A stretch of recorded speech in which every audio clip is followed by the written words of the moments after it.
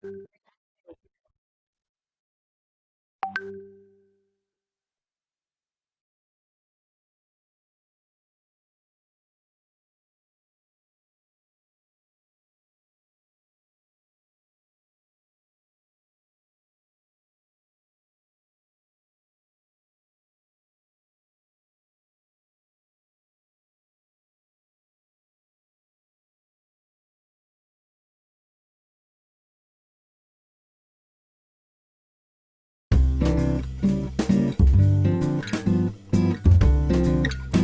Town Musicians of Bremen.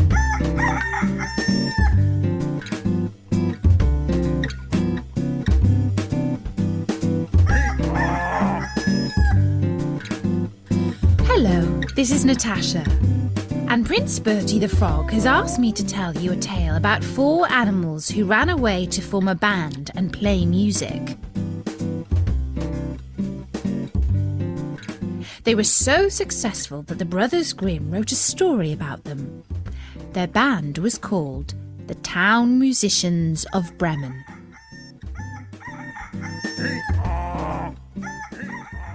A certain man had a donkey, which had carried the corn sacks to the mill loyally for many a long year. But his strength was going, and he was growing more and more unfit for work. Then his master began to wonder if it was worth his while keeping this old donkey much longer. The donkey, seeing that no good wind was blowing, ran away and set out on the road to Bremen. There, he thought, I can surely be town musician.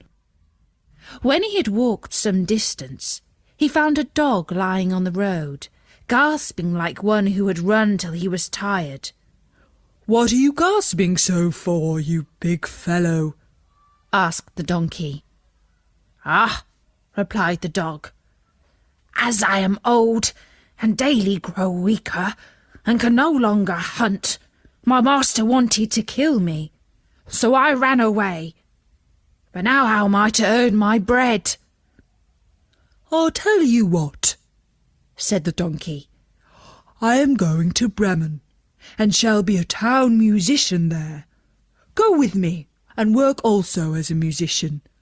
I will play the lute, and you shall beat the kettle drum. The dog agreed, and on they went. Before long they came to a cat, sitting on the path with a face like 3 rainy days. Now then, old Fluff and Claws, what's gone all wrong with you? Asked the donkey. Who can be merry when his neck is in danger? Answered the cat. Because I am now getting old and my teeth are worn to stumps, and I prefer to sit by the fire and spin rather than hunt about after mice. My mistress wanted to drown me, so I ran away. But now good advice is scarce. Where am I to go? Go with us to Bremen. You understand night music. You can be a town musician. The cat thought well of it and went with them. After this, the 3 runaways came to a farmyard, where the cockerel was sitting upon the gate, cock-a-doodle-doing with all his might. Your cock-a-doodle-doing goes through and through my skull, said the donkey. What is the matter? Guess they're coming for Sunday, and the housewife has no pity, said the cockerel, and has told the cook that she intends to eat me in the soup tomorrow, and this evening I am to have my head cut off. Now I'm a cockle-doodle-doing at full pitch while I can. Ah, you red-headed bird, said the donkey. You had better come away with us. We are going to Bremen. You can find something better than death everywhere. You have a good voice, and if we make music together, it must have some quality. The cockerel agreed to this plan, and all four went together. They could not, however, reach the city of Bremen in one day, and in the evening they came to a forest where they meant to pass the night. The donkey and the dog laid themselves down under a large tree, and the cat and the cockerel settled themselves in the branches. But the cockerel flew right to the top, where he was most safe. Before he went to sleep, he called out to his companions that there must be a house not far off, for he saw a light. The donkey said, "If so, we had better get up and go on, for the shelter here is bad." The dog thought that a few bones with some good meat would do him good too. So they moved further on, and soon saw the light shine brighter and grow larger, until they came to a well-lit robber's house. The donkey, as the biggest, went to the window and looked in. "What do you see, my grey horse?" asked the cockerel. "What do I see?" answered the donkey. "A table covered with good things to eat and drink, and robbers sitting at it enjoying themselves." "That would be the sort of thing for us," said the cockerel. Yes, yes. Oh, how I wish we were there," said the donkey. Then the animals put their heads together and schemed how best to win an invitation to come inside and join the robbers at the table. "Come, come, my friends," said the donkey. "We are musicians, so let us sing for our supper." So they began to perform their music together.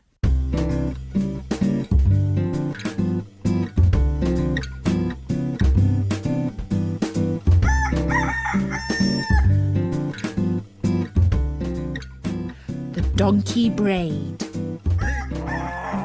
The dog barked. The cat mewed. And the cockerel cock-a-doodle-dooed. Then they burst through the window into the room so that the glass clattered. At this horrible din, the robbers sprang up, thinking no otherwise than that a ghost had come in, and they all fled in a great fright out into the forest. The four companions now sat down at the table, well content with what was left, and ate as if they were going to fast for a month.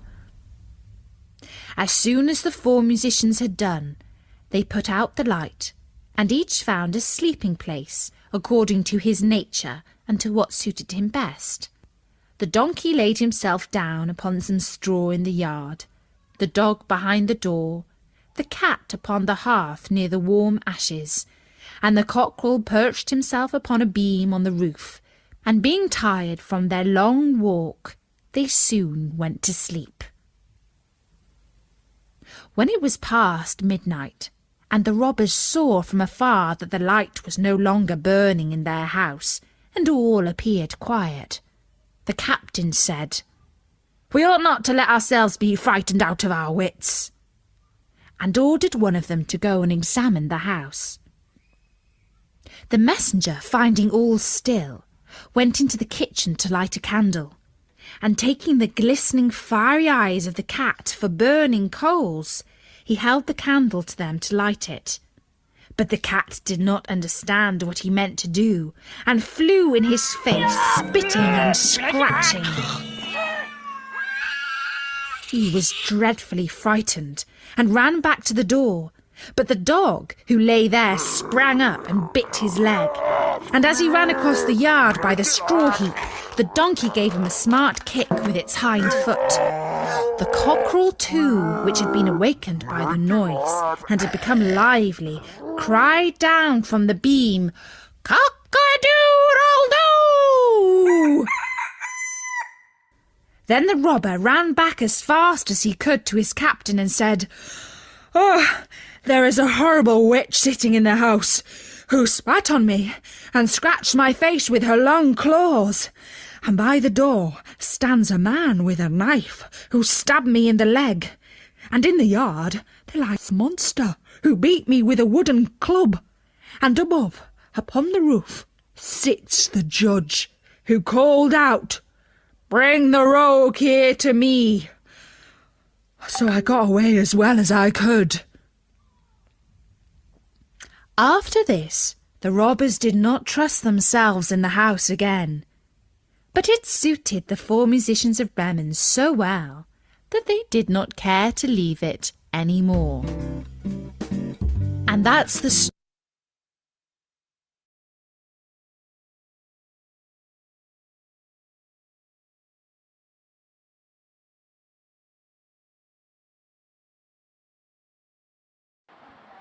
1.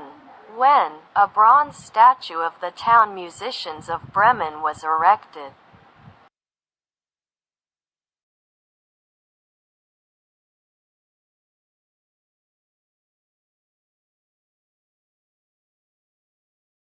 2. Where a bronze statue of the town musicians of Bremen was erected.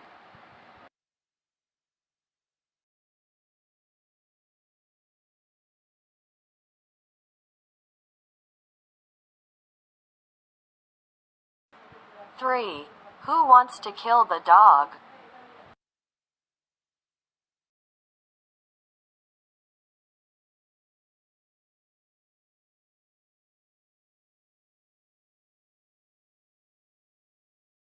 4. Why did the donkey ask a cockerel, rooster, a dog and a cat to join him?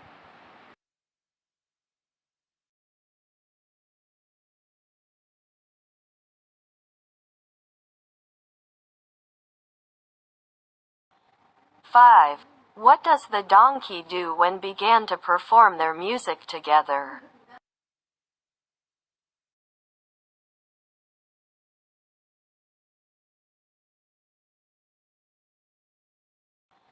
5. What does the donkey do when began to perform their music together?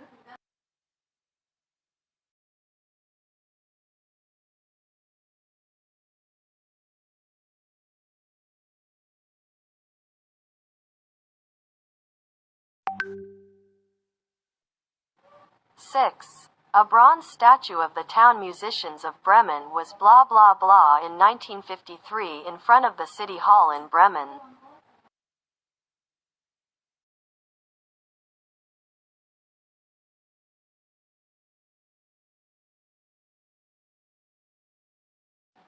7. A certain man had a donkey, which had carried the corn blah blah blah to the mill loyally for many a long year.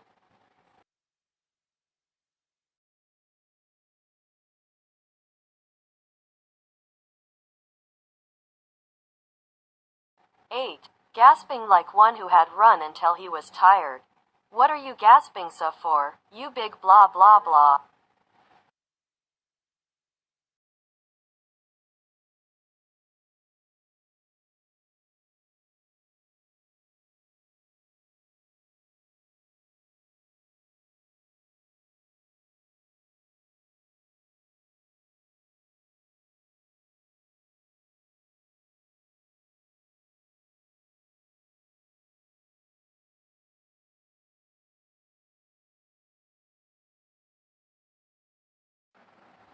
9. I will play the blah blah blah and you shall beat the kettle drum.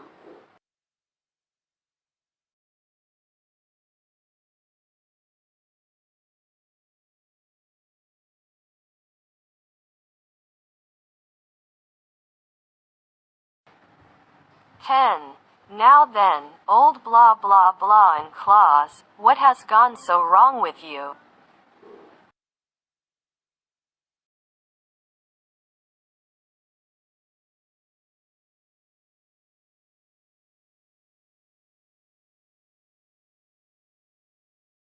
11.